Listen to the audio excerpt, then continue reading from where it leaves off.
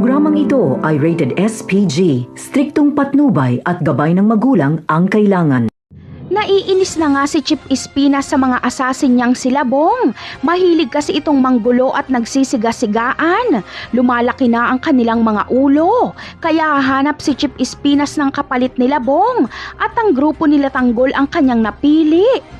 Kaya naman, inutusan ni Espinas si Bubbles na ilibot si Tanggol sa buong bilibid. Ituro daw ni Bubbles kay Tanggol ang lahat ng dapat nitong malaman. Gusto ni Espinas subukin ang katapatan at galing ni Tanggol. At kapag pumasa ito sa kanyang kwalifikasyon, ay aalokin niya ito maging assassin. Samantala, magkakaroon naman ng misyon sila Bong sa labas.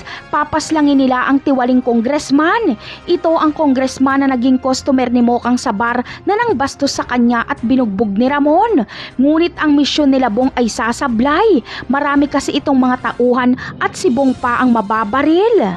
Kaya naman, dito na sasabihin ni Espinas kay Tanggol na si Tanggol ang ipapalit niya kay Bong. Papayag naman si Tanggol sa ganitong trabaho dahil ang kapalit nito ay proteksyon nila sa loob at isa pa ay masasamang tao ang kanilang papaslangin. Kaya si Tanggol ang lilinis sa kapalpakan ni Bong. Ang unang misyon niya ay patayin ang congressman na ito. Si Bubbles ang makakasama ni Tanggol.